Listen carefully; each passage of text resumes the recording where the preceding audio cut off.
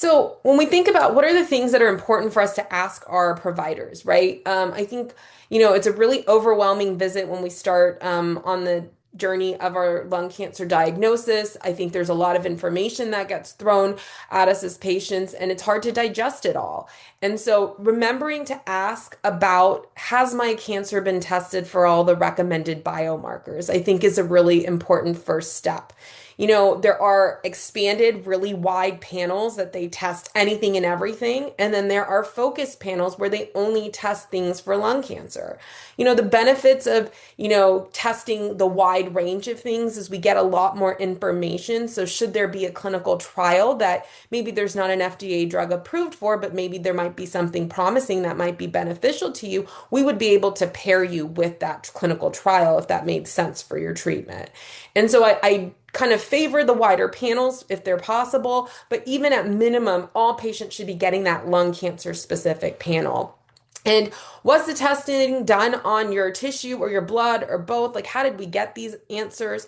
And what did we find? What does this mean for my treatment?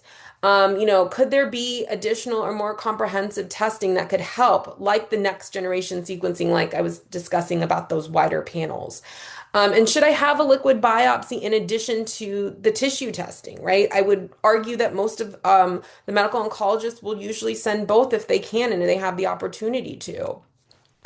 If my test comes back negative, does that mean I need more testing? Like, what does negative testing mean, right? If it wasn't present and there was no mutations found, that's one thing, right? But if it was an inadequate sample or they weren't able to run the full panel, that's another thing. What did negative mean?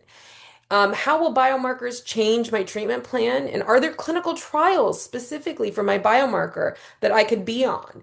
If my cancer grows later, should we repeat the testing? And how long will the results take? And can treatment wait? And I think that by far is one of the most frustrating things that patients do encounter is that it does take time to get these tests back. I mentioned earlier, sometimes it can be on the order of 2 to 3 weeks. And I feel like as a patient, we get a diagnosis, we go see the oncologist, and it feels like this hurry up and wait situation. We got to hurry up and do this, and then we're just waiting and we feel like we're waiting for too long. But at the same time, it is very important to make sure that if there is a biomarker, we do find it and use it so that the right treatment is used at the right time and it is the appropriate treatment for you. So, in conclusion, I think precision medicine is here and treatment is not one size fits all. And that's why biomarkers matter to us, right? It matters because we want to make sure that we are personalizing the treatment options to the patient. We should be asking our providers if they have ordered biomarkers on our tumor. And sometimes, unfortunately, we won't find anything and we won't find a biomarker that maybe we can potentially target or that is going to actually ultimately change our treatment options. But it is important to check for these biomarkers and make sure that if there is something there, we are planning to use those to our advantage.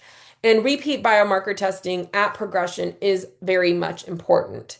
And with that, I thank you guys for listening. And if you have any questions, I am here to answer them.